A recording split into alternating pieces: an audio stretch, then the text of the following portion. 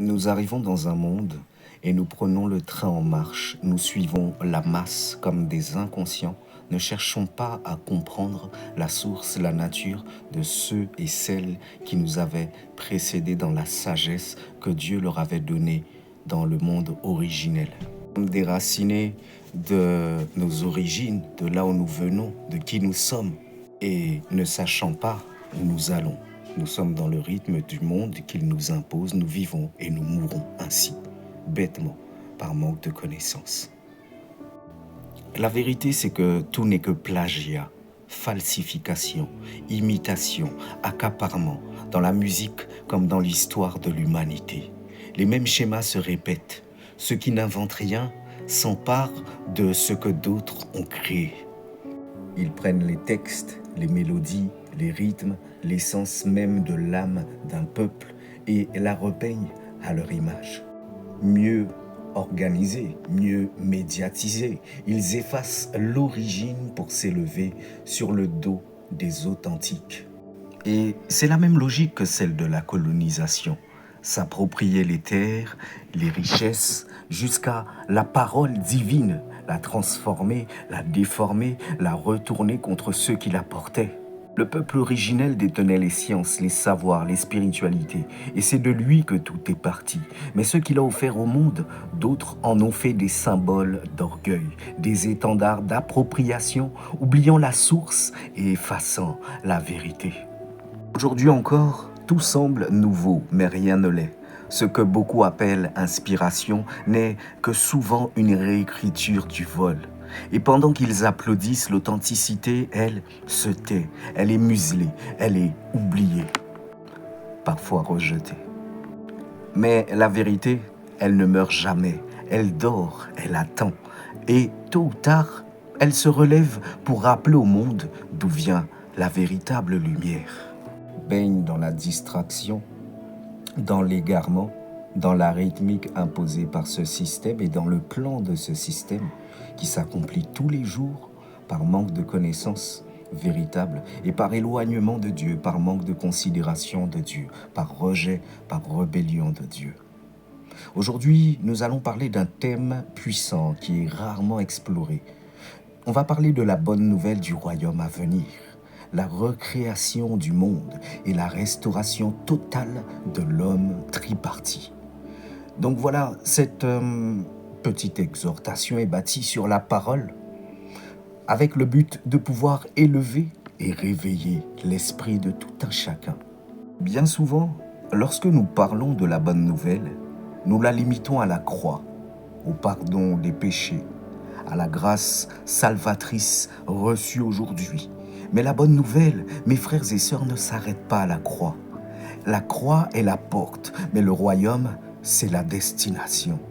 Et la véritable bonne nouvelle, celle que Jésus lui-même annonçait, n'était pas seulement « viens et sois sauvé », mais Marc 1 au verset 15 où il est écrit « le royaume de Dieu s'est approché ». Ce royaume n'est pas un simple concept spirituel flottant. Il est la réalité d'un monde nouveau que Dieu va recréer après la destruction de celui-ci. Et c'est cela la bonne nouvelle totale. Dieu ne restaure pas seulement les âmes, il recrée le monde. Et c'est tout à fait ça. La bonne nouvelle, c'est que Dieu va recréer ce monde qui sera détruit. Car je vais créer de nouveaux cieux et une nouvelle terre, et l'on ne se souviendra plus des choses passées. Ésaïe 65 au verset 17. Mais bien aimé, l'évangile véritable n'est pas seulement la rédemption individuelle, mais la rédemption cosmique. Toute la création soupire, dit l'apôtre Paul, attendant la révélation des fils de Dieu. Romains 8, verset 19. Et pourquoi ? Parce que la création a été assujettie à la vanité à cause du péché de l'homme. Mais Dieu a promis de faire toutes choses nouvelles en Apocalypse 21, verset 5.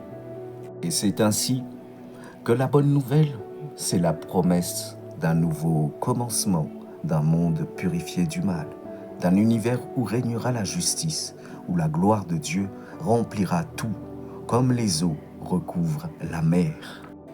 Le royaume du règne. Nous ne sommes pas sauvés pour fuir, mais pour régner. Il est écrit, ils régneront sur la terre. Apocalypse 5 au verset 10. Trop longtemps, on nous a prêché un évangile d'évasion. Quittons la terre pour aller au ciel. Mais Christ n'a jamais annoncé la fuite. Il a annoncé le règne.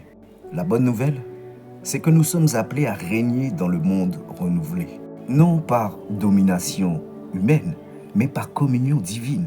Le monde nouveau ne sera pas un lieu d'adorateurs passifs, mais une création confiée à des fils glorifiés, à des rois, à des prêtres de l'agneau, appelés à gouverner dans l'amour et dans la lumière. Et c'est cela, le royaume réparé depuis la fondation du monde, dont Matthieu 25 au verset 34 nous parle. Il est important aussi que je t'explique que la chair et le sang ne peuvent hériter du royaume de Dieu. En 1 Corinthiens 15 au verset 50, cela nous est bien expliqué. Et la bonne nouvelle est donc double. Pour ceux qui refusent le Christ, la chair mourra et l'âme va errer loin de la lumière. Mais pour ceux qui reçoivent Jésus-Christ, la chair va mourir pour renaître dans la gloire. Là, il ne s'agit pas d'une fuite de la matière, mais de sa transfiguration. Dieu ne détruira pas pour effacer, il détruit pour recréer. Le cri de l'Esprit en ce matin nous dit « Préparez-vous à régner ». Voici la bonne nouvelle que l'Esprit crie encore aujourd'hui à son Église. Il est écrit « Voici, je fais toutes choses nouvelles » Apocalypse 21 au verset 5. La bonne nouvelle, c'est que nous ne marchons pas vers la fin, mais vers le commencement d'un monde éternel.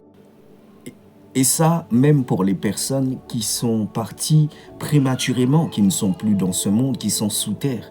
Ils ressusciteront aussi pour recevoir le jugement de Dieu, à savoir ceux qui ont servi le Seigneur, fait sa volonté. Nous allons nous retrouver avec toutes ces personnes. C'est ça, le véritable Évangile, la véritable parole de Dieu n'annonce pas seulement le salut de l'âme, mais l'établissement d'un royaume où les justes vont régner sur cette nouvelle terre avec Christ.